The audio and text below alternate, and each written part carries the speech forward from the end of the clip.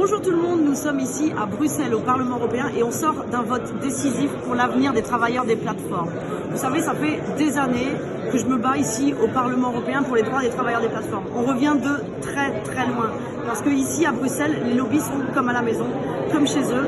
Ils ont l'habitude d'écrire la loi et ils pensaient que sur ce sujet, ce serait comme d'habitude, ils auraient une directive qui sert l'intérêt d'Uber, l'intérêt de Deliveroo.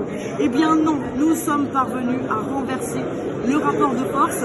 Tout ça a abouti aujourd'hui dans l'hémicycle une majorité des députés de la plénière qui votent en faveur d'une présomption de salariat qui s'applique le plus largement possible, c'est-à-dire sans critères. Les députés européens se sont aujourd'hui prononcés majoritairement en faveur d'un accord qu'on a mis des mois et des mois à trouver, qui est extrêmement ambitieux.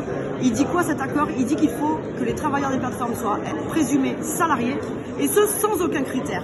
Il n'y a pas de critères, c'est-à-dire que demain, les travailleurs de Deliveroo, qui sont injustement considérés comme travailleurs indépendants, qui sont de fait subordonnés à un algorithme qui leur dit combien ils doivent être payés, comment ils doivent travailler et quel trajet ils doivent faire, eh bien demain, ils auront les mêmes droits, la même protection sociale que n'importe quel travailleur salarié. C'est-à-dire qu'ils auront accès aux congés payés, ils auront accès aux indemnités pour arrêt maladie, ils auront accès au salaire minimum, leurs temps d'attente seront payés, ils auront accès à la possibilité de cotiser pour leur retraite, par exemple, c'est-à-dire à l'ensemble du droit du travail dans les 27 États membres de l'Union européenne.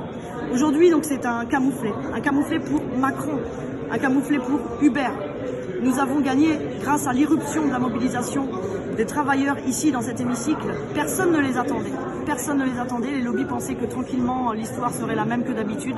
Ils écriraient une directive à l'image de leur intérêt. Eh bien non, nous avons montré que grâce à la mobilisation des travailleurs, on peut renverser le rapport de force.